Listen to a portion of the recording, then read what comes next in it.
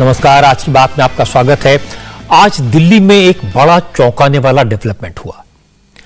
दिल्ली सरकार की excise policy के खिलाफ सीबीआई की जांच के आदेश हो गए।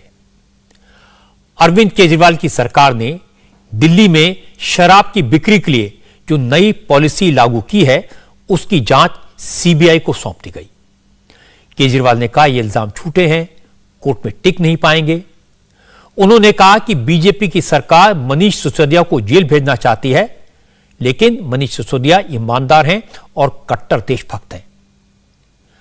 आज जो इल्जाम लगे उनमें बताया गया कि आम आदमी पार्टी की सरकार ने एक्साइज पॉलिसी में जो बदलाव किए गए वो कानून के खिलाफ हैं। केजरीवाल की सरकार ने मनमाने बदलाव किए, जल्दबाजी में बदलाव किए, शराब बेचने वाली बड़ी बड़ी कंपनियों को कंसेशन दिए, ठेकेदारों को फायदा उठाया और इसके बदले में करोड़ों रुपए का लेन देन हुआ। लेकिन इल्जाम लगाने वालों ने यह नहीं बताया कि पैसा किसने लिया, पैसा किसने दिया, पैसा कहां गया। इन सवालों के जवाब अभी मिलने बाकी हैं। बीजेपी का इल्जाम है कि सारा खेल केजरीवाल के इशारे पर हुआ, मनीष सिसोदिया के जरिए हुआ। पर आम आदमी पार्टी का दावा है कि आरोप पॉलिटिकल है। केजरीवाल की सरकार के एक मंत्री सत्येंद्र जैन पहले से ही जेल में है। अब मनीष सिसोदिया को भी जेल में भेजने की तैयारी की जा रही है। आम आदमी पार्टी की तरफ से कई सारे प्रवक्ता बोले, बार बार कहा हम ईमानदार पार्टी हैं, बीजेपी केजरीवाल से डरती है, मोदी आम आदमी पार्टी को खत्म करना चाहते हैं, इसलिए ये इल्जाम लगाए गए। केजरीवाल ने भी कहा कि बीजेपी वाले सावरकर के भक्त हैं, हम भगत सिंह के भक्त हैं। लेकिन न तो केजरीवाल ने न उनकी पार्टी के किसी नेता ने सीधे तौर पर एक्साइज पॉलिसी को लेकर इल्जामात का कोई साफ साफ जवाब दिया। तो सबसे पहले आसान शब्दों में यह समझ लेते हैं कि दिल्ली की नई एक्साइज पॉलिसी में ऐसा क्या है जिसको लेकर मनीष सिसोदिया पर सवाल उठे। मनीष सिसोदिया ने ऐसा क्या किया, क्यों किया, जिसके कारण करप्शन का शक पैदा हुआ और जांच सीबीआई को सौंपी गई।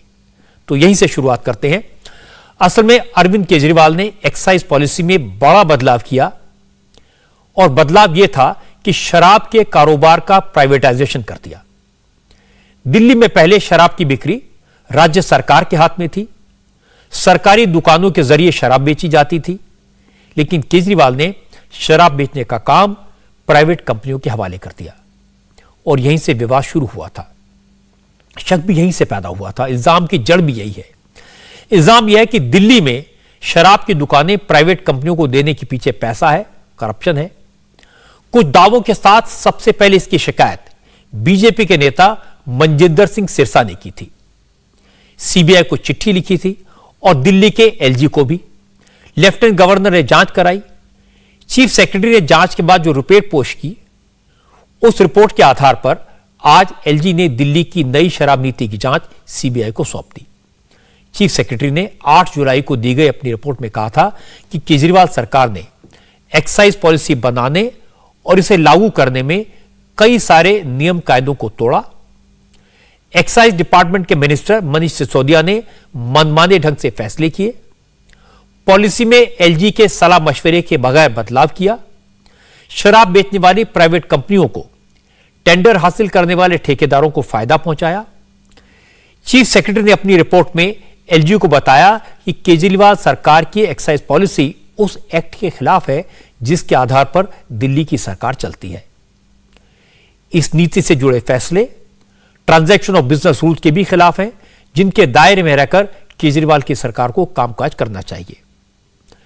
इसके अलावा दिल्ली के चीफ सेक्रेटरी ने अपनी रिपोर्ट में यह भी बताया कि केजरीवाल सरकार की शराब नीति 2009 के एक्साइज एक्ट और 2010 के एक्साइज रूल्स के खिलाफ है। चीफ सेक्रेटरी की रिपोर्ट से तो लगता है कि केजरीवाल की सरकार ने जो किया गलत किया, गैर कानूनी काम किया, लेकिन रिपोर्ट में स्पेसिफिक आरोप नहीं है।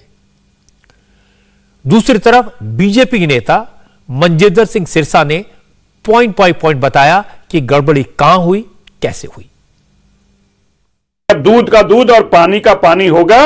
ये एक्साइज पॉलिसी टेलर मेड थी, कुछ लोगों को बेनिफिट देने के लिए थी। अरविंद केजरीवाल ने अपने चहेतों को काम दिया और यहां तक उनके लिए 12% प्रॉफिट तय किया ताकि 6% उसमें से लिया जा सके। ना मैन्युफैक्चरर के लिए ना रिटेलर के लिए। देश में पहली सरकार है जिसने होलसेलर के लिए 12% प्रॉफिट तय किया। और यही नहीं, इस पॉलिसी की अमेंडमेंट की गई। जो पॉलिसी एक बार कैबिनेट से अप्रूवल होगी उसके बाद उसको बदला नहीं जा सकता था। ग्रुप ऑफ मिनिस्टर्स ने, मनीष सिसोदिया ने इसमें बदलाव किया और यहां तक इस पॉलिसी में क्लियर लिखा है एक आदमी 3 काम नहीं कर सकता। यहां होलसेलर भी वही है, रिटेलर भी वही है और मैन्युफैक्चरर भी वही है। तीनों आदमी एक ही नाम से, अलग अलग नामों से एक ही काम को कर रहे हैं, जबकि एक ग्रॉस वायलेशन थी पॉलिसी की, क्योंकि उनसे करोड़ रुपया ऐंठा गया था। अब दूध का दूध पानी का पानी होगा। अरविंद केजरीवाल के मंत्री और जिन जिन लोगों ने पैसा लिया था अब बहुत जल्दी तिहाड़ जेल में दिखाई देंगे। सिरसा ने 3 निजाम लगाए। केजरीवाल ने कुछ कंपनियों को फायदा पहुंचाने के लिए पॉलिसी बनाई। दूसरा, सारी चेन खत्म कर दी। प्रोडक्शन करने वाले, होलसेलर और रिटेल तीनों एक ही थे, जो नियम के खिलाफ है। और तीसरा, मनीष सिसोदिया ने पॉलिसी में कैबिनेट और एलजी की मंजूरी के बगैर मनमाने ढंग से बदलाव किए, जो गैर कानूनी है। हमने सिरसा से पूछा जो इल्जाम वो लगा रहे हैं उसके सबूत क्या हैं, किस आधार पर वो बात कह रहे हैं। ये बड़ी पंजाब वोल्टर्स के 5 ब्रांड दिल्ली में रजिस्टर्ड हैं।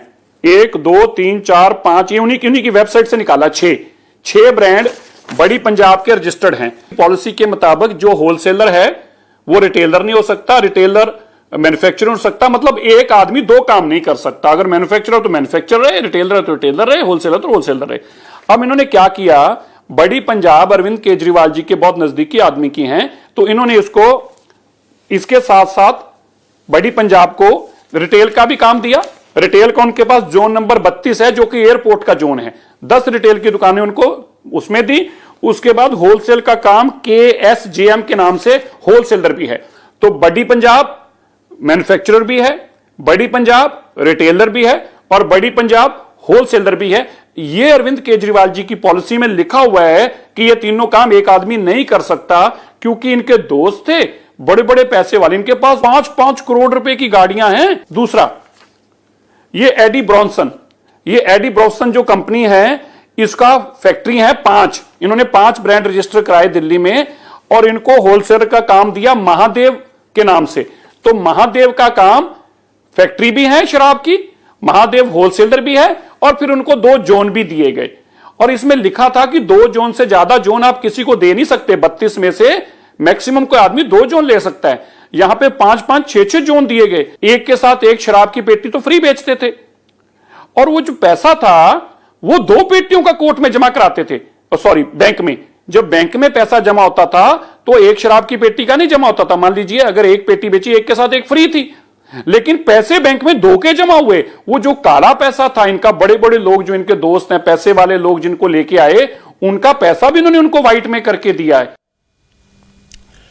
मैं आपको इस मामले में केजरीवाल का पक्ष सुनवाऊं, उससे पहले यह समझ लेना जरूरी है कि मनजिंदर सिंह सिरसा जो इल्जाम लगा रहे हैं, उस पॉलिसी के बारे में, उस पॉलिसी में बदलाव क्या किए गए।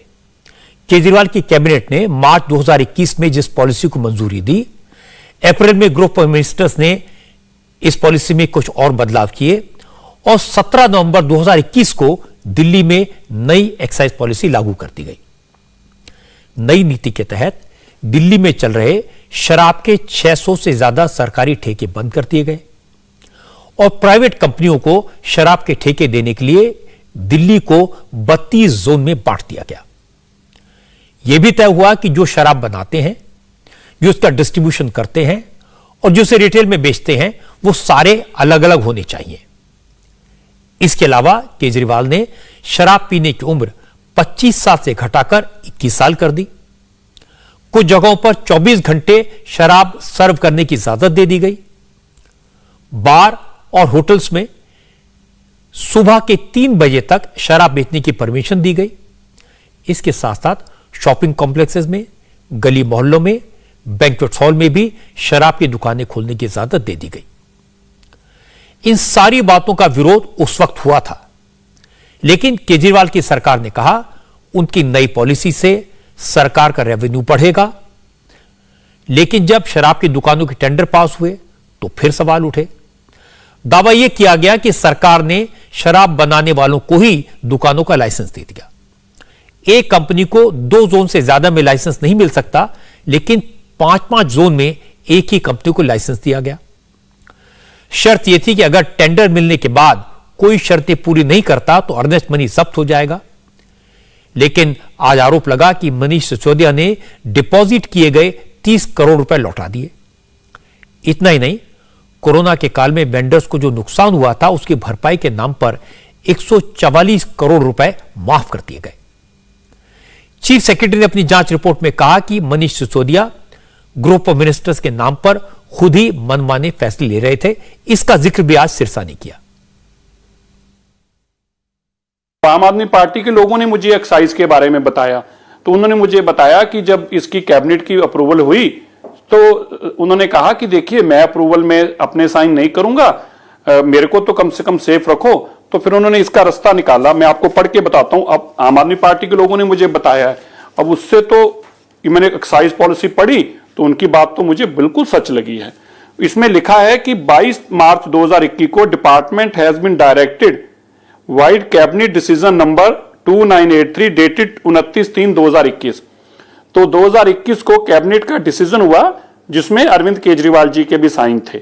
लेकिन क्योंकि अरविंद केजरीवाल जी की इस पॉलिसी पे, गलत वाली पॉलिसी पे साइन ना हो, उनको बचा के रखा जाए, तो क्या किया, उसके आगे अमेंडमेंट कर दी। The group of ministers vide minute dated 5/4/2001, 5 अप्रैल, मतलब 22 मार्च के बाद लगभग 13 दिन बाद ये ग्रुप ऑफ मिनिस्टर्स ने इसमें अमेंडमेंट कर दी, कह दिया approved additional clarification modification in report of group of ministers. तो जो कैबिनेट ने फैसला ले लिया था उसके ऊपर ग्रुप ऑफ मिनिस्टर्स का इसलिए उनसे फैसला दिलवाया गया ताकि अरविंद केजरीवाल सेफ रहें। तो ये आम आदमी पार्टी के लोगों ने मुझे एक्साइज की पॉलिसी दी और उन्होंने बताया कि अरविंद केजरीवाल जी अपने आप को कट्टर ईमानदार बताते हैं, लेकिन सर वो हैं कट्टर बेईमान और हम भी बहुत परेशान हैं, हमसे लगातार पैसे मांगते हैं। तो ये सारे कागज उन्होंने दिए। अब जैसे ही सिरसा ने इल्जाम लगाए, एलजी ने सीबीआई जांच के आदेश दिए, तो अरविंद केजरीवाल ने जरा भी देर नहीं की। वो कैमरे के सामने आए। उन्होंने शराब नीति को लेकर, सरकार पर लग रहे इल्जामात को लेकर तो डायरेक्टली बात नहीं की, लेकिन कहा कि वो तो पहले से ही कह रहे थे कि बीजेपी मनीष सिसोदिया को जेल भेजने वाली है, और वही हो रहा है। केजरीवाल ने कहा कि उन्होंने सारे आरोपों की जांच करवा ली है, सारे आरोप झूठे हैं, मनीष सिसोदिया सच्चे हैं, ईमानदार हैं, कट्टर देशभक्त हैं। केजरीवाल ने कहा कि जेल से उन्हें डर नहीं लगता, बीजेपी सावरकर की औलाद है और आम आदमी पार्टी भगत सिंह की औलाद। 3-4 महीने पहले जब इनके लोगों ने मुझे बताया कि मनीष जी को गिरफ्तार करने वाले हैं, मैंने कहा मनीष ने क्या कर दिया, क्या केस है? तो उन्होंने बताया अभी कोई केस नहीं है, कुछ मिला नहीं है, ढूंढ रहे हैं, कुछ बना रहे हैं। तो अब हमारे देश के अंदर एक नया सिस्टम लागू किया गया है। पहले यह तय किया जाता है कि किस आदमी को जेल भेजना है, और फिर उसके खिलाफ एक मनगढ़ंत झूठा केस बनाया जाता है और उसे जबरदस्ती जेल भेजा जाता है। जो जो ये आरोप प्रत्यारोप लगाए जा रहे हैं, मैंने सारा अभी चेक कराया, पूरा का पूरा केस बिल्कुल झूठा है, बिल्कुल झूठा है। उसमें रत्ती भर की भी सच्चाई नहीं है। मैं मनीष सिसोदिया को 22 साल से जानता हूं। सन 2000 में पहली बार मिला था मनीष जी से। एक बेहद कट्टर ईमानदार आदमी है, कट्टर देशभक्त आदमी है। जेल से हमें डर नहीं लगता। तुम लोग सावरकर की औलाद हो जिसने अंग्रेजों से माफी मांगी थी, हम लोग भगत सिंह की औलाद हैं। हम भगत सिंह को अपना आदर्श मानते हैं, जिसने अंग्रेजों के सामने झुकने से मना कर दिया और फांसी पर लटक गया। हमें जेल से, फांसी के फंदे से डर नहीं लगता। कई बार जेल हुआ है हम लोग। केजरीवाल ने सारे मामले को राजनीति से जोड़ दिया। केजरीवाल ने कहा उनकी पार्टी ईमानदार है और पिछले 70 साल में देश की बाकी सब पार्टियों ने करप्शन किया है। केजरीवाल ने बार बार कहा उनके ऊपर कीचड़ उछाला जा रहा है, इससे वो नहीं डरते। बीजेपी कुछ भी कर ले, बीजेपी के नेता कितने भी इल्जाम लगा लें, जनता उनकी बातों पर भरोसा नहीं करेगी। आखिर ये आम आदमी पार्टी के पीछे क्यों पड़े हैं, हम ही लोगों के पीछे क्यों पड़े हैं? पूरे देश को भरोसा हो गया आम आदमी पार्टी वाले कट्टर ईमानदार हैं। सारा देश कहता है यार कुछ भी हो, ये लड़के हैं तो ईमानदार। ये लोग झूठे केस बना बना के हमारे ऊपर कीचड़ फेंकना चाहते हैं। ये दिखाना चाहते हैं दुनिया को कि देखो ये भी हमारे जैसे ही हैं, जैसे हम भ्रष्ट हैं ये भी वैसे ही हैं, ये भी भ्रष्टाचारी हैं। पर दुनिया इनके यकीन नहीं कर रही। दुनिया खुद ही कह रही है कि झूठे केस लगा रहे हैं। तो जो मर्जी कर लो, सच सच होता है, झूठ झूठ होता है। जितना मर्जी कीचड़ तुम फेंक लो, कीचड़ चिपक नहीं रहा हमारे ऊपर। पाक साफ है, हम लोग सच्चाई के रास्ते पे चलते हैं, भगवान हमारे साथ है। केजरीवाल ने दावा किया पाक साफ हैं, ईमानदार हैं, बिना सबूत के कीचड़ उछाला जा रहा है, इससे कुछ होगा नहीं, अगर सबूत है तो सबूत दिखाए जाएं। आम आदमी पार्टी के कई नेताओं ने आज कहा कोई ये तो बताए घोटाला हुआ कैसे, किन लोगों को फायदा पहुंचा। तो हमने मनजिंदर सिंह सिरसा से यही सवाल पूछा, आप किस आधार पर इतना शोर मचा रहे हैं? केजरीवाल ने किनको फायदा पहुंचाया ये तो बताइए। तो सिरसा ने क्या जवाब दिया ये भी सुन लीजिए। मैंने इनके सबके नाम दिए सीबीआई को, ऐसा नहीं है। मैंने नाम दिए इनके विजय नायर, अरविंद केजरीवाल जी के बहुत नजदीकी हैं। इनके ऊपर औरतों के भी शोषण के मुकदमे हैं, पंजाब में भी हैं। अब ये अमेरिका दौड़ गए हैं, जब से इनको पता चला कि सतिंदर जैन पकड़े गए हैं और सारे भेद खुल रहे हैं तो ये अमेरिका भाग गए। दूसरे इन्हीं के दोस्त हैं, दूसरा नाम है जो इनकी कंप्लेंट में मैंने नाम दिए हैं बकायदा, दूसरे दिनेश अरोड़ा। अब पूछिए अरविंद केजरीवाल जी, दिनेश अरोड़ा कौन है? इनके नई कंपनियां बनाई, कंपनियां रजिस्टर की शराब का काम लेने के लिए। इनमें से कोई दिल्ली में काम नहीं पहले करता था, ये सारे काम सरकार करती थी, नई कंपनियां खोली गई इस काम करने के लिए, फिर उनको काम दिए गए। केंद्र सरकार में मंत्री मीनाक्षी लेखी ने भी दिल्ली सरकार पर आरोप लगाया। उन्होंने कहा कि केजरीवाल सरकार की नई एक्साइज पॉलिसी में यह तय हुआ था किसी ब्लैक लिस्टेड कंपनी को शराब का ठेका नहीं दिया जाएगा। कंपनियों को कार्टेल बनाकर, गिरोह बनाकर दिल्ली में शराब के कारोबार पर कब्जा करने की इजाजत नहीं दी जाएगी। ब्लैक लिस्टेड कंपनियों को ठेके नहीं दिए जाएंगे, लेकिन केजरीवाल की सरकार ने ब्लैक लिस्टेड कंपनी को ठेका दिया। एक ब्लैक लिस्टेड कंपनी है खाओगली। खाओगली नाम की जो ब्लैक लिस्टेड कंपनी है, उसको इन्होंने 2 जोन्स के ठेके दिए हैं। 2 जोन्स के अंदर ब्लैक लिस्टेड कंपनी को ठेका कैसे दिया, इसकी भी एक्सप्लेनेशन ये केजरीवाल जी तथ्यों के साथ दें तो हम सबको ईमानदारी का सर्टिफिकेट असेस करने में मदद होगी। एक कार्टलाइजेशन जो है, टेंडरिंग प्रोसेसेस के अंदर कार्टलाइजेशन बंद होती है कि हम 4-5 लोग तय कर लें आपस में कि हम 4-5 कंपनियां फ्लोट करेंगे और उसी के आधार पर मिलजुल के हेराफेरी करके हम इकट्ठे टेंडरिंग में उतरे और टेंडरिंग प्रोसेस में कि इसको मिले तो मैं पार्टनर, मेरे को मिले तो ये पार्टनर। इस तरीके की जो चीजें हैं वो अवैध है, इलीगल है, गैर कानूनी है। लेकिन आपको हैरानी होगी कि इस सारी जो लिकर पॉलिसी है जिसके अंदर सब धांधलेबाजी हुई है, उसके अंदर कार्टलाइजेशन की प्रोसेस जारी थी। मंगूटा एक कंपनी है, वो मंगूटा कंपनी एक इंडोस्प्रिट और एक खाओगली, ये 3-4 कंपनियों की कार्टलाइजेशन के बाद ये काम हुआ। और इन सब के पीछे श्रीनिवास आलू रेड्डी का जो है MSR का क्या लेना देना है, कितने पैसे लगे, क्या है, इसकी अगर वो ब्यौरा देंगे तो जनता को सहूलियत होगी ईमानदार का सर्टिफिकेट असेस करने में। अब मैं आपको इसका दूसरा पक्ष सुनवाता हूं। संजय सिंह ने क्या जवाब दिया ये बताता हूं। संजय सिंह ने कहा कि दिल्ली में शराब पॉलिसी लागू करने में कोई घोटाला नहीं हुआ। एक्साइज पॉलिसी में बदलाव से तो दिल्ली को करोड़ों का नुकसान हुआ। इसके जवाब में संजय सिंह ने कहा यह सब बेकार की बात है, दिल्ली सरकार को कोई घाटा नहीं हुआ। नई एक्साइज पॉलिसी से दिल्ली को 1300 करोड़ का प्रॉफिट हुआ। हम सावरकर की तरह अंग्रेजों से माफी मांगने वाले लोग नहीं हैं। हम शहीद आजम भगत सिंह की विचारधारा को मानने वाले लोग। और इसलिए ये जेल की बदर घुड़कियां मत दिखाओ, ये गिरफ्तारी की बदर घुड़कियां मत दिखाओ। आपने जितने मामले अब तक दिल्ली की सरकार के खिलाफ और हमारे विधायकों के खिलाफ किए हैं, सारे के सारे मामले बेबुनियाद, फर्जी और मनगढ़ंत हैं। सुष्मिता सेन को ललित मोदी मिल जाता है, मोदी जी को ललित मोदी नहीं मिलता है। मोदी जी को मेहुल चौकसी नहीं मिलता, मोदी जी को नीरव मोदी नहीं मिलता। मोदी जी को चश्मा पहन के विजय माल्या 10,000 करोड़ लूट कर चिढ़ाता है, वो नहीं दिखता। 6,000 करोड़ लूट के नितिन संदेशराय हिंदुस्तान छोड़ के भाग गया, वो नहीं दिखता। मैं पूछना चाहता हूं नरेंद्र मोदी जी, DHFL ने 34,000 करोड़ रुपए का घोटाला किया, देश की जनता का पैसा लूटा और 27 करोड़ रुपए आपकी पार्टी को चंदा दे दिया।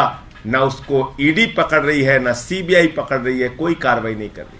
जिस एक्साइज पॉलिसी में भ्रष्टाचार की बात आप कर रहे हैं, शर्म आनी चाहिए भारतीय जनता पार्टी को। 1,300 करोड़ रुपए का मुनाफा 4 महीने में उस एक्साइज पॉलिसी से दिल्ली सरकार को हुआ है। 1,300 करोड़ रुपए का फायदा। जैसे संजय सिंह ने बहुत सारे केसेस गिनाए, आम आदमी पार्टी की तरफ से सौरभ भारद्वाज, दिलीप पांडे और आतिशी मरलेना जैसे नेताओं ने भी कई सारे पुराने मामले गिनवाए। आरोप लगाया कि मोदी सरकार तो 2015 से ही अरविंद केजरीवाल और उनकी पार्टी के पीछे पड़ी हुई है। उनके 52 विधायकों पर केस किए जा चुके हैं क्योंकि बीजेपी केजरीवाल की पॉपुलैरिटी से डरती है। ये CBI द्वारा इन्वेस्टिगेशन, CBI द्वारा रेड, ED द्वारा रेड, इनकम टैक्स डिपार्टमेंट द्वारा रेड, दिल्ली पुलिस द्वारा केस, दिल्ली पुलिस द्वारा अरेस्ट, ये आम आदमी पार्टी के लिए कोई भी नई बात नहीं है। जब से 2015 में दिल्ली में आम आदमी पार्टी की सरकार बनी है, अरविंद केजरीवाल की सरकार बनी है, 150 से ज्यादा मुकदमे आम आदमी पार्टी के नेताओं पर, आम आदमी पार्टी के विधायकों पर, आम आदमी पार्टी के मंत्रियों पर हो चुके हैं। CBI ने दिल्ली के मुख्यमंत्री अरविंद केजरीवाल के ऑफिस में रेड किया। CBI ने दिल्ली के मुख्यमंत्री अरविंद केजरीवाल जी के घर में रेड किया। CBI ने दिल्ली के डिप्टी CM, दिल्ली के उप मुख्यमंत्री मनीष सिसोदिया जी के घर में रेड किया। इनकम टैक्स डिपार्टमेंट ने दिल्ली के मंत्री कैलाश गहलोत जी के घर में रेड किया। 6 महीने तक दिल्ली सरकार की 400 फाइलें केंद्र सरकार द्वारा गठित असंवैधानिक शुंगलू कमेटी द्वारा रखी गई कि कहीं तो भ्रष्टाचार मिलेगा। लेकिन केंद्र सरकार की किसी भी एजेंसी को, चाहे वो दिल्ली पुलिस हो, चाहे वो CBI हो, चाहे वो इनकम टैक्स डिपार्टमेंट हो, चाहे वो इन्फोर्समेंट डायरेक्टोरेट हो, आज तक एक भी सबूत आम आदमी पार्टी के किसी भी नेता के खिलाफ नहीं मिला। अरविंद केजरीवाल ने, उनकी पार्टी के बाकी नेताओं ने इधर उधर की सारी बातें की, इतिहास की परतें खोली, पुराने केस गिनवाए, लेकिन किसी ने एक्साइज पॉलिसी को लेकर जो सवाल उठाए गए हैं उनके बारे में सफाई नहीं दी। दूसरी तरफ मनजिंदर सिंह सिरसा पूरी फाइल लेकर बैठे हैं, एक एक बात निकालकर सामने रख रहे हैं। सवाल यह है, केजरीवाल की सरकार पर जो इल्जाम लगे उसका फायदा उनको या उनकी पार्टी को कैसे मिला? तो इस पर सिरसा ने चौंकाने वाली बात बताई। सिरसा ने कहा कि केजरीवाल की सरकार ने नई शराब नीति में बिचौलियों को 12% प्रॉफिट की गारंटी दे दी। इसमें से 6% कमीशन के तौर पर कैश में वापस लिया जाता था। सिरसा ने कहा कि दिल्ली में एक के साथ एक शराब की बोतल मुफ्त देने के पीछे भी ब्लैक एंड व्हाइट करने का खेल था। शराब के ठेके पर एक के साथ एक शराब की बोतल मुफ्त दी जाती थी, लेकिन शराब कंपनियों ने दोनों बोतलों की कीमत के बराबर का पैसा बैंक में जमा कराया। एक बोतल का पैसा तो ग्राहक से लिया जाता था, दूसरी बोतल की कीमत के बराबर शराब कंपनी का ब्लैक मनी बैंक में व्हाइट के तौर पर जमा हो जाता था। जब एक के साथ एक पेटी फ्री में देते हैं, बैंक में अपने गले में ये पूरे पैसे दिखाते हैं कि हमने 2 पेटियां बेची हैं, तो अगर 1 लाख रुपए की दारू बिकी तो इनकी 2 लाख की पेटियां चलेगी होती हैं, लेकिन ये 2 लाख की दारू दिखाते हैं कि हमने बेची है। वो जो पैसा इनके पास गले में इकट्ठा होता है, होलसेलर इनको क्रेडिट नोट देता है, उस क्रेडिट नोट के अगेंस्ट हर आदमी होलसेलर को कैश देता है, और उसका जो 12% बिचौलिया लेके आए हैं, दलाल बीच में 12% के लिए, उस बिचौलिए के 12% में से 6% कैश ये वापस लेते हैं, किकबैक।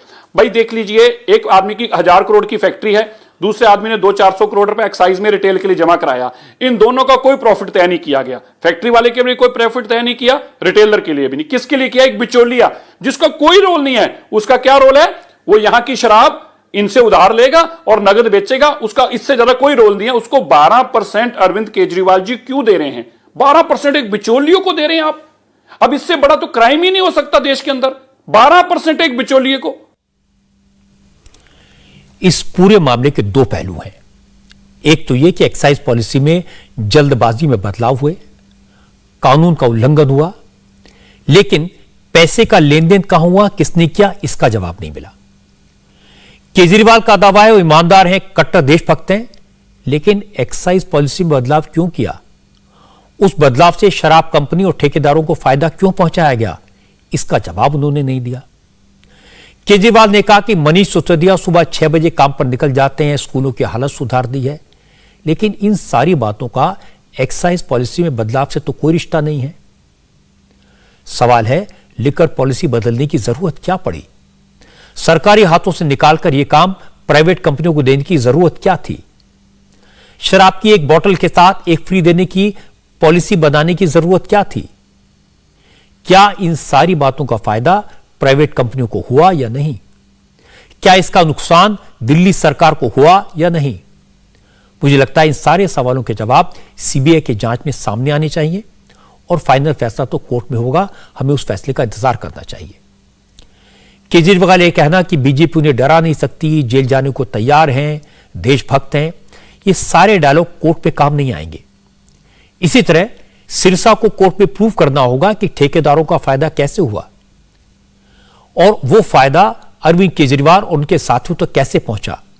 कोर्ट में बात फैक्ट्स पर होगी। असल में इसकी चर्चा इसलिए ज्यादा हो रही है क्योंकि अब गुजरात में चुनाव होने वाले हैं और केजरीवाल वहां पूरी ताकत के साथ चुनाव लड़ने की तैयारी कर रहे हैं। ऐसे वक्त में करप्शन के इल्जाम, मनीष सिसोदिया का जेल में जाना उन्हें मुश्किल में डाल सकता है, और इसलिए केजरीवाल परेशान है। केजरीवाल को तो लगता है कि जहां जहां कांग्रेस कमजोर हुई वहां वो कांग्रेस की जगह ले सकते हैं, और कांग्रेस कैसे कमजोर हो रही है, कांग्रेस को कमजोर कौन कर रहा है, इसका एक सबूत मैं आपको दिखाता हूं। बड़ी इंटरेस्टिंग स्टोरी है। गुजरात कांग्रेस के अध्यक्ष जगदीश ठाकुर ने ऐसी बात कह दी जिससे कांग्रेस पर फिर से मुस्लिम अपीजमेंट का इल्जाम लगा और बीजेपी को कांग्रेस को घेरने का मौका मिल गया। जगदीश ठाकुर का कहना है कि देश की प्रॉपर्टी पर, देश के संसाधनों पर, रिसोर्सेस पर पहला हक माइनॉरिटीज का है। जगदीश ठाकुर ने कहा कि कांग्रेस ही ऐसी पार्टी है जो सियासी नफा नुकसान नहीं देखती, अपनी बात पर, अपने विचार पर कायम रहती है। इसके बाद उन्होंने पूर्व प्रधानमंत्री डॉक्टर मनमोहन सिंह के पुराने बयान का जिक्र भी कर दिया। तो पहले सुनिए जगदीश ठाकुर ने एग्जैक्टली कहा क्या। विश्वास थी कहूं છું કે કોંગ્રેસ એની આઈડિયોલોજીમાં કોઈ દાડો ચેન્જ નથી કરતી ને વિચારમાં કોઈ દાડો ફેર નથી કરતી। એ સત્તા મળી તો એનો વિચાર પકડીને ચાલે છે અને સત્તાના મૂળિયા ઉખાડીને ફેંકી દીધા તો પણ કોંગ્રેસે એના વિચારોમાં કોમ્પ્રોમાઇઝ નથી કર્યું।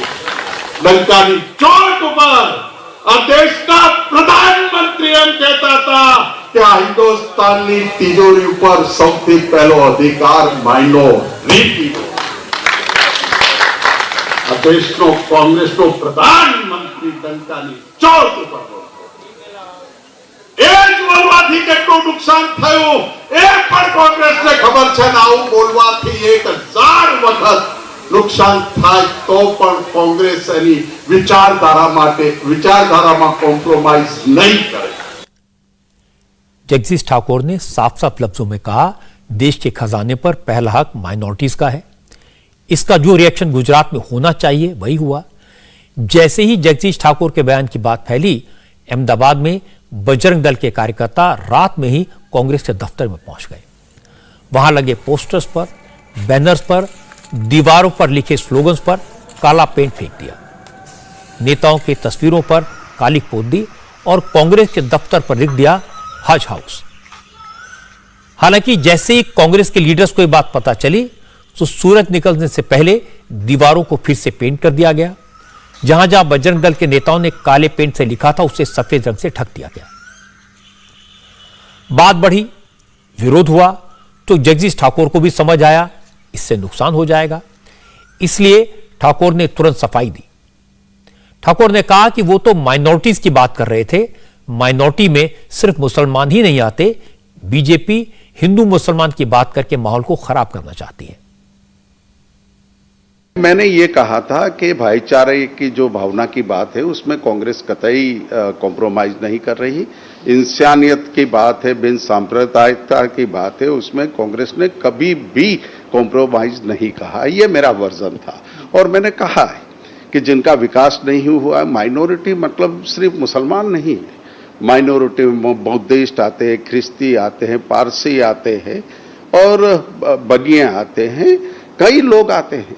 तो उसी वक्त जब मनमोहन सिंह जी ये एक लोकसभा में बोल रहे थे तब उन्होंने ये जो बात कही थी वही बात मैंने दोहराई है और उसी टाइम भी बवाल बचा था, उसी टाइम भी ये तुष्टीकरण की राजनीति कर रहे हैं ऐसी बातें कही थी। जगदीश ठाकुर ने सफाई तो दे दी लेकिन तीर कमान से निकल चुका था, बात बढ़ चुकी थी, बीजेपी ने हमला जारी रखा।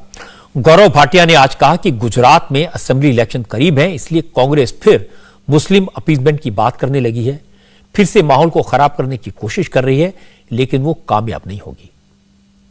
मोदी जी की सरकार में सबका सशक्तिकरण हो रहा है, अंत्योदय का जो हमारा लक्ष्य है उसकी प्राप्ति के लिए कदम उठाए जा रहे हैं। और दूसरी तरफ कांग्रेस पार्टी है जो केवल और केवल सांप्रदायिक राजनीति करती है और क्योंकि गुजरात में विधानसभा के चुनाव भी हैं तो वहां पे फिर से सांप्रदायिकता का जहर घोल रही है। यह ना भारत की जनता ना गुजरात की जनता बर्दाश्त करेगी।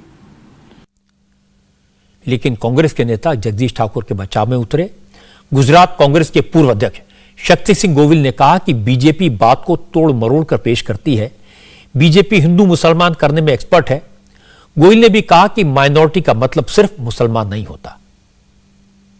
ये भाजपा वाले हैं ना, ये गरीब विरोधी है, ये एससी विरोधी है, एसटी विरोधी है, सिर्फ माइनॉरिटी में मुसलमान नहीं, ये जैन सिख विरोधी भाजपा है। मनमोहन सिंह जी ने कहा था कि इस देश के संसाधनों पे पहला अधिकार गरीब का है, क्या गलत था? उन्होंने कहा इस देश के संसाधनों पे पहला अधिकार गरीब के साथ उन दलितों का है, उन आदिवासियों का है, वो लोग जिनको जरूरत है संसाधनों की ज्यादा, उनका पहला अधिकार है। सिख, ईसाई, जैन माइनॉरिटी में सारे आते हैं। तो ये सिर्फ चीजों से छोड़ के, उन सारी चीजों से छोड़ के सिर्फ एक छोटा सा वर्ड पकड़ के ये बात करना वो भाजपा इसलिए कर रही है क्योंकि गुजरात में बौखलाए हुए हैं। कांग्रेस के नेताओं की बात सही है कि माइनॉरिटी का मतलब सिर्फ मुसलमान नहीं होता, इसमें काफी सारी माइनॉरिटीज आती हैं। लेकिन जिस कॉन्टेक्स्ट में जगदीश ठाकुर ने माइनॉरिटी की बात की वो मुसलमान ही था। जगदीश ठाकुर हो या शक्ति सिंह गोहिल हो, ये जो बात छुपा रहे हैं वो मैं आपको बताता हूं। असल में जगदीश ठाकुर ने यह बयान गुजरात कांग्रेस के माइनॉरिटी विंग के सम्मेलन में दिया था। इसी प्रोग्राम में जगदीश ठाकुर ने यह कहा मुसलमानों को एकजुट रहना चाहिए, मुसलमानों का वोट पटना नहीं चाहिए, आने वाले असेंबली इलेक्शन में मुसलमानों को कांग्रेस को सपोर्ट करना चाहिए। और जगदीश ठाकुर ने यहां तक कहा था कि वो कांग्रेस के सीनियर लीडर से कहेंगे कि मुसलमानों के लिए अलग से मैनिफेस्टो जारी करें। इसलिए अब अगर जगदीश ठाकुर कह रहे हैं कि माइनॉरिटी का मतलब सिर्फ मुसलमान नहीं है, तो इसका मतलब वो गलत बयानी कर रहे हैं, गुमराह कर रहे हैं। और इसकी बात सिर्फ गुजरात कांग्रेस के प्रेसिडेंट जगदीश ठाकुर ने नहीं की, गुजरात कांग्रेस के वर्किंग प्रेसिडेंट जिग्नेश मेवाणी ने भी इसी तरह का बयान दिया। अहमदाबाद में कांग्रेस की एक मीटिंग में जिग्नेश मेवाणी ने तीसरा सेतलवाड़ की तारीफ की। तीसरा सेतलवाड़ वही है जिन पर आरोप है कि उन्होंने गुजरात दंगों के नाम पर फॉल्स नैरेटिव चलाया, दंगा पीड़ितों को बिना बताए उनके झूठे बयान कोर्ट में पेश किए।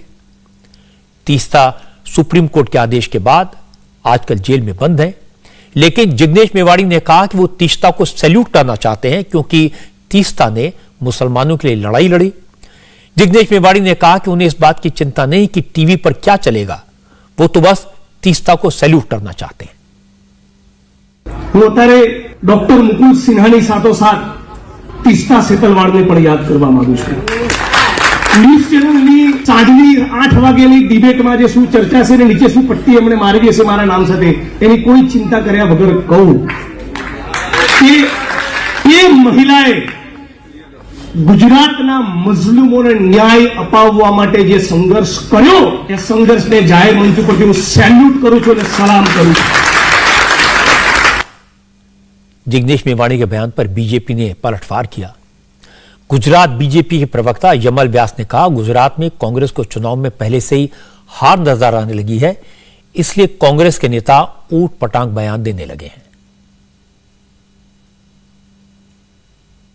कांग्रेस के पास न कोई एजेंडा है, न कोई लोगों के लिए प्रोग्राम है, इसलिए उसकी लीडरशिप है वो भी बौखला गई है। अब चुनाव नजदीक आ रहे हैं, हार दिख रही है, तो वो जिस प्रकार के उटपटांग स्टेटमेंट कर रहे हैं वो दिख रहा है कि उन्होंने पब्लिक से पूरा ही कनेक्शन तोड़ दिया है। तो इन्होंने जिस तरह से फिर भी जो तीस्ता सेतलवाड़ जी है उनके बारे में जो उनकी तारीफ की, वो मुझे लगता है कि ये कांग्रेस के कार्यकारी अध्यक्ष का अगर ये कहना है तो लोगों को समझना चाहिए कि कांग्रेस पार्टी क्या करना चाहती है। यह बात सही है कि एक जमाने में कांग्रेस गुजरात में बड़ी ताकतवर पार्टी हुआ करती थी, लेकिन आजकल गुजरात में कांग्रेस की हालत काफी खराब है। पिछले चुनाव में कांग्रेस बीजेपी को अच्छी टक्कर देती दिखाई दी थी। उस वक्त अहमद पटेल थे, हार्दिक पटेल का पाटीदार आंदोलन चरम पर था, जिग्नेश मेवाड़ी, अल्पेश ठाकुर जैसे नेता अपने अपने इलाकों में उभर कर आए थे। एक ऐसी हवा बनाई गई थी जैसे व्यापारी वर्ग बीजेपी से नाराज है, लेकिन अब हवा बदल गई है। अब कोई नाराजगी दिखाई नहीं देती। हार्दिक पटेल बीजेपी में शामिल हो चुके हैं, अल्पेश ठाकुर खामोश हैं, अरविंद केजरीवाल और असदुद्दीन ओवैसी गुजरात में ताल ठोक रहे हैं, जमीन तलाश रहे हैं। कांग्रेस को लगता है कि ये दोनों मुस्लिम वोट में सेंध लगाएंगे, इसलिए कांग्रेस ने चाल बदली है और अभी से मुस्लिम अपीजमेंट की बातें शुरू कर दी हैं। वैसे कांग्रेस को मुश्किल में डालने वाली यह खबर कर्नाटक से भी आई। कांग्रेस के बड़े नेता के.आर. रमेश कुमार ने बेंगलुरु में खुले मंच से कहा कि कांग्रेस के लोगों ने नेहरू गांधी परिवार के नाम पर इतना कमाया है कि 3-4 पीढ़ियां आराम से खाएंगी। असल में सोनिया गांधी को नेशनल हेराल्ड केस में पूछताछ के लिए बुलाए जाने के विरोध में कांग्रेस के कार्यकर्ता प्रोटेस्ट कर रहे थे। उसी वक्त के.आर. रमेश कुमार ने कहा कि अब नेहरू गांधी परिवार का कर्ज उतारने का समय आया है। कांग्रेस में जो इस वक्त गांधी परिवार के साथ खड़ा नहीं होगा, उसके खाने में कीड़े पड़ेंगे। नेहरू, इंदिरा गांधी और सोनिया गांधी के नाम पर हम लोगों ने इतना कमाया है कि हमारी 3-4 पीढ़ियां आराम से रह सकती हैं। अभी ये कर्ज उतारने का समय है। ऐसा नहीं करेंगे तो आगे से हमारे खाने में कीड़े पड़ जाएंगे। क्या रमेश कुमार के इस बयान की काफी चर्चा हुई। अब बीजेपी कह रही कि कांग्रेस के नेता ने खुद ही कांग्रेस की पोल खोल दी। कर्नाटक के चीफ मिनिस्टर बसवराज बोम्मई ने कहा कि के.आर. रमेश कुमार जो कहते हैं काफी सोच समझकर कहते हैं, उन्होंने जो कहा है वो सही कहा है। वो बहुत सीनियर लीडर है, काफी अनुभवी हैं, वो हमारे लिए सम्माननीय है। विधानसभा में हमने कई बार उनको सुना है। आमतौर पर वो तथ्यों पर ही बात करते हैं। मेरा मानना है कि इस बार भी उन्होंने सच कहा है। मोदी सरकार में parliamentary affairs minister Prahlad Joshi Karnataka के बड़े नेता हैं, धारवाड़ से एमपी हैं। के.आर. रमेश कुमार के बयान पर प्रहलाद जोशी ने कहा, जब कांग्रेस के नेता ने ही कमाई की बात मान ली तो फिर सोनिया गांधी और राहुल गांधी को पूछताछ के लिए बुलाए जाने पर कांग्रेसी इतना हंगामा क्यों कर रहे हैं। रमेश कुमार फॉर्मर स्पीकर है, 5 या 6 टाइम एमएलए बन चुके हैं, 2 बार स्पीकर रह चुके हैं और इसके साथ ही साथ मंत्री रह चुके हैं। बहुत दिनों से कांग्रेस पार्टी में है उन्होंने बोला है हम 3 पीढ़ी तक हमने सफिशिएंट जितना 3 पीढ़ी तक हमने कमाई किया है, 3 पीढ़ी तक धन इकट्ठा कर दिया है, 3 पीढ़ी, इसीलिए तो ये इन्होंने सत्य बताया है। कम से कम देश को लूटा है, राज्य को लूटा है, उन्होंने एक्सेप्ट किया है। कम से कम सोनिया गांधी जी का और राहुल गांधी का इंक्वायरी तो शांति से होने दो। गांधी खानदान की वजह से इतना कमा लिया कि 3-4 पुश्तें आराम से खाएंगी। इस बयान पर कांग्रेस के कुछ नेताओं ने सफाई दी। उन्होंने कहा कि रमेश कुमार पैसे की नहीं, नाम कमाने की, शोहरत कमाने की बात कर रहे थे। अब ये सुनकर हंसी भी आती है। वैसे करप्शन कैसे होता है, नाम कैसे कमाया जाता है, आज इसका एक सबूत पश्चिम बंगाल से आया। पश्चिम बंगाल में आज एक मंत्री के करीबी के घर से एनफोर्समेंट डायरेक्टरेट की रेड में 20 करोड़ रुपए कैश मिले। पश्चिम बंगाल में एक मंत्री हैं पार्थ चैटर्जी। उनकी करीबी अर्पिता मुखर्जी के घर पर ईडी ने रेड की तो नोटों के बंडल देखकर अफसर भी हैरत में पड़ गए। कैश की काउंटिंग के लिए नोट गिनने की मशीनें मंगवानी पड़ी, बैंक कर्मचारियों को बुलाना पड़ा। ईडी को अर्पिता मुखर्जी के घर से 20 करोड़ रुपए कैश के अलावा 20 मोबाइल भी मिले हैं। ईडी इस वक्त West Bengal school service commission और बंगाल प्राइमरी एजुकेशन बोर्ड में भर्ती को लेकर घोटाले की जांच कर रही है। पार्थ चैटर्जी पश्चिम बंगाल सरकार में कॉमर्स, इंडस्ट्री और पार्लियामेंट्री अफेयर्स के मिनिस्टर हैं। इससे पहले वो एजुकेशन मिनिस्टर थे। शिक्षा विभाग में भर्तियां हुई उस वक्त पार्थ चैटर्जी ही मंत्री थे। इसीलिए पार्थ चैटर्जी के करीबी लोगों की यहां रेड हुई। इस घोटाले के सिलसिले में ईडी ने पश्चिम बंगाल सरकार में मंत्री परेश अधिकारी, तृणमूल कांग्रेस के एमएलए मानिक भट्टाचार्य और उनके अलावा कई और लोगों के घर पर छापे मारे। इस वक्त भी रेड चल रही है। अर्पिता मुखर्जी के घर पर 20 करोड़ के कैश के अलावा और क्या क्या मिला, इसकी डिटेल्स अभी नहीं आई है, लेकिन कार्रवाई जारी है। मंत्री के करीबी के घर से 20 करोड़ कैश मिले, नोटों के बंडल मिले, तो हो सकता है कल पार्थ चैटर्जी भी कहें कि वही बात जो केजरीवाल कह रहे थे, मोदी ममता के दुश्मन है इसलिए उन घर पर रेड की गई, बीजेपी तृणमूल कांग्रेस को खत्म करना चाहती है इसलिए कैश बरामद किया गया। लेकिन कोई ये तो बताए कि कैश कहां से आया, कैश किसका है? इन सवालों के जवाब एनफोर्समेंट डायरेक्टर को देने होंगे। लेकिन जब इस तरह की तस्वीरें सामने आती हैं तो लोगों को नेता के प्रति, पॉलिटिकल पार्टियों के प्रति भरोसा कम होता है। आगे बढ़ते हैं। राजस्थान से एक बार फिर बुरी खबर आई है। अलवर में एक सिख ग्रंथी पर हमला हुआ। ग्रंथी के केश काट दिए गए। हमला करने वालों ने सिख ग्रंथी को मंदिर का पुजारी समझ लिया था, इसलिए उसे रोककर उस पर हमला किया। उसका गला काटने की कोशिश की, लेकिन जब उन्हें पता लगा कि वो पुजारी नहीं गुरुद्वारे के ग्रंथी हैं, तो हमलावरों ने किसी को फोन करके पूछा अब क्या करना है। फिर ग्रंथी के केश काटकर भाग गए।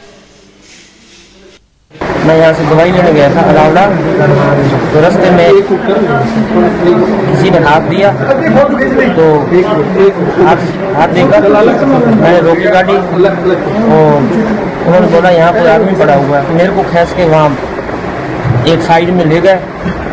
वहाँ जाके उन्होंने मेरी गिरबान पकड़ ली, आंखों में मिर्च डाल दी और मेरे बाल काट दिए। नाड़ काटने की फिराक में थे, लेकिन पुजारी की वजह से कि भाई ये पुजारी है गुरुद्वारे का, तो इसके बाल काटने ही अच्छे हैं कि भाई इनसे ज़्यादा। पहचानते हो आप उनको? नहीं, फ़ोन पे जो बोल रहे थे ना, एक उन्होंने फ़ोन किया था कि अब क्या करें, अब ये तो पुजारी है गुरुद्वारे का, तो ये यहाँ का रहने वाला नहीं है। तो जुम्मे नाम का जो आदमी है उसके पास फ़ोन किया है, उसने बोला कि इसके बाल काट। गुरु बख्श सिंह के साथ जो हुआ उससे सिख समाज में जाहिर है बहुत नाराजगी है। जैसी घटना की बात फैली, बड़ी संख्या में सिख सड़कों पर उतर आए, प्रदर्शन किया, पुलिस अफसरों से मिले। सिखों का कहना है कि गुरु बख्श सिंह के केश काटने वालों को अगर जल्दी नहीं पकड़ा गया तो फिर बड़ा आंदोलन होगा। हमारा यही कहना है कि जो भी दोषी है इसमें बहुत ही निंदनीय योग्य ये घटना हुई है, जो कि गुरु के जो केस हैं ये गुरु की मोहर है। हमारे गुरु गोविंद सिंह जी महाराज ने हमको 5 ककार बख्शिश किए हैं। पहला केस है कंगा कड़ा कृपान कछेरा, ये पहले केस आते हैं। इन्होंने केस की जो बेदबी की है, इससे बढ़ की हमारा गर्दन काट देते, वो हमको दुख नहीं था बिल्कुल। वो रंजिश के तौर पे लात तोड़ देते, पैर तोड़ देते, हमको कुछ नहीं था। पर वो जो उन्होंने ठेस भावना पहुंचाई सिख धर्म के प्रति, तो इसके लिए बहुत निंदनीय योग्य, कठिन से कठिन उनके लिए कार्रवाई होनी चाहिए। ये जो गहलोत सरकार है, कांग्रेस सरकार में ये सारे ऐसे अपराध हो रहे हैं। अलवर की एसपी तेजस्विनी गौतम ने कहा कि पुलिस जल्दी से जल्दी अपराधियों को पकड़ने की कोशिश कर रही है। इस मामले में गंभीर धाराओं में केस दर्ज किया गया है। वो अलावड़ा से कोई दवाई लेकर वापस अपने घर मिलकपुर जा रहे थे। बीच में उनको एक व्यक्ति ने रोका और कहा कि आपके गांव का एक और दूसरा व्यक्ति यहाँ पे दारू पी के पड़ा हुआ है, तो आप उसको भी अपने साथ गांव ले जाएं। जिससे मैं अपनी मोटरसाइकिल से उतरा। मैं जब गया तो मुझे 4 व्यक्ति और दिखे जिनके हाथों में छुरा था, और उन्होंने मुझे मेरी आंखों में मिर्च डालकर, मुझे आंखों पे पट्टी बांधकर मुझे वहीं बिठा लिया और मुझे डराने धमकाने लगे। जब मैंने पूछा कि मेरी क्या गलती है, तो उन्होंने ये बोला कि तुम मेमो की लड़कियों को ले जाते हो और हम तुम्हें इसका सबक बताएंगे। और जब उन्होंने कहा कि मैं यहाँ का नहीं हूँ, मैं तो बाहर कहीं भरतपुर सीकरी का रहने वाला हूँ, तब उन्होंने बात करके मुझे सिर्फ मेरे बाल काटे। और उसके बाद जब 10-15 मिनट तक मुझे कोई आवाज़ नहीं आई, तब मैं वहाँ से निकल गया। मैंने पट्टी उतारी, देखा कोई नहीं था, और फिर मैं अपने बालों को उठा के वहाँ से निकल गया। उन्होंने अपने पर्चा बयान में ये ज़रूर कहा है कि गला काटने की बात की जा रही थी, जिसके बेसिस पे हमने 307 धारा ऐड की है। गुरुबख्श सिंह पर हमला हुए 24 घंटे से ज्यादा का वक्त बीत चुका है, लेकिन आरोपी के बारे में कोई सुराग नहीं मिला है। इसलिए सिख समाज अब अशोक गहलोत की सरकार को अल्टीमेटम देने की तैयारी कर रहा है। राजस्थान में लगातार सिख कौम पर हमले हो रहे हैं। कभी किसी सिख की दस्तार उतारी जा रही है, कभी किसी सिख को केसों से पकड़कर पीटा जा रहा है, कभी किसी सिख बच्चियों से पे जुल्म हो रहा है। और आज की जो ताजा घटना है, अलवर में एक सिख ग्रंथी के केस कत्ल कर दिए गए। ये जुल्मों सितम की इंतहा है। हम बार बार राजस्थान सरकार से अपील करते हैं, हम अशोक गहलोत सरकार से अपील करते हैं कि ये जुल्मों सितम बंद होना चाहिए। ऐसा ना हो कि जुल्मों को रोकने के लिए हमें कुछ चारागोई करनी पड़े। गुरु साहब का बड़ा स्पष्ट आदेश है कि जब जुल्म अपनी हद से गुजर जाएं, जुल्म को रोकने के लिए कोई चारागोई न रहे, तो सिख का फर्ज है कि गुरबाणी के महावाक चूं कर अजहमा हिलते दर गुजस्त हलाल अस्त बुर्दन बा शमशीर दस्त के तहत वो कृपान उठा ले। अगर एक खुद के इंसाफ के लिए, जुल्म रोकने के लिए, पापी को सजा देने के लिए अगर सिखों ने कृपान उठा ली, वो समा सरकारों के लिए बुरा होगा। मुझे लगता है ग्रंथी के केश काटना जघन्य अपराध है। सिखों की नाराजगी जायज है। पुलिस को जल्दी से जल्दी अपराधियों को पकड़कर जेल भेजना चाहिए, लेकिन इस मामले को हिंदू मुसलमान की नजर से देखना जल्दबाजी होगी। पुलिस की जांच पूरी होने का इंतजार करना चाहिए, क्योंकि मुझे जो इंफॉर्मेशन मिली है उसके मुताबिक ये 2 गांव के लोगों के बीच आपसी रंजिश का मामला भी हो सकता है। एक गांव के लोगों ने सिख ग्रंथी पर दूसरे गांव का पुजारी समझकर हमला कर दिया। जब अपराधी पकड़ जाएंगे तो असलियत जरूर सामने आएगी। आज राजस्थान से एक और खबर आई। नूपुर शर्मा की हत्या करने के इरादे से जो पाकिस्तानी भारत आया था, रिजवान अशरफ, जिसे श्री गंगानगर में पकड़ा गया था, उसने पूछताछ में यह खुलासा किया कि उसने ही 1 साल पहले लाहौर में महाराजा रणजीत सिंह की प्रतिमा को तोड़ने की कोशिश की थी।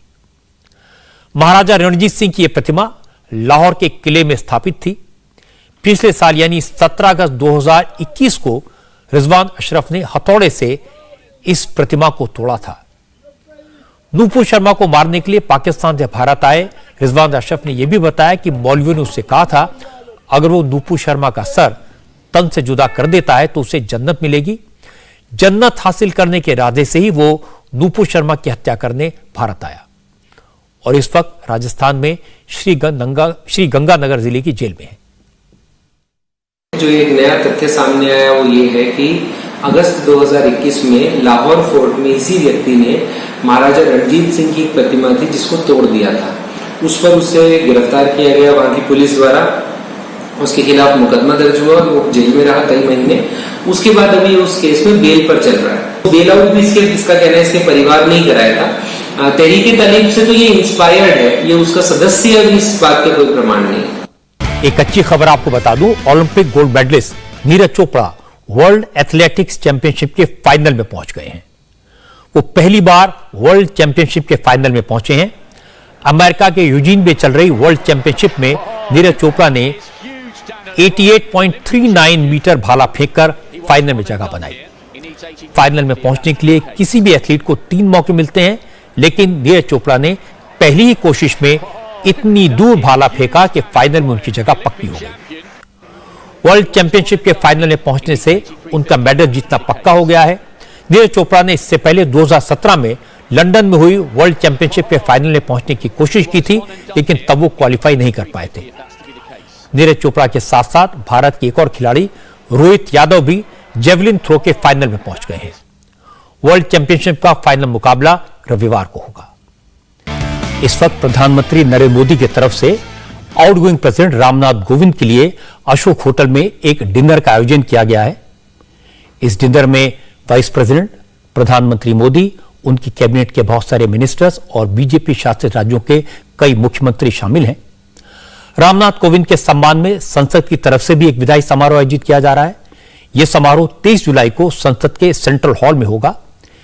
इस कार्यक्रम में उपराष्ट्रपति वेंकैया नायडू, लोकसभा अध्यक्ष ओम बिरला, प्रधानमंत्री नरेंद्र मोदी और पार्लियामेंट के मेंबर्स शामिल होंगे। इंडिया टीवी हर वक्त हर जगह डाउनलोड करने के लिए सर्च करें India TV news Google play store या ऐप स्टोर पर।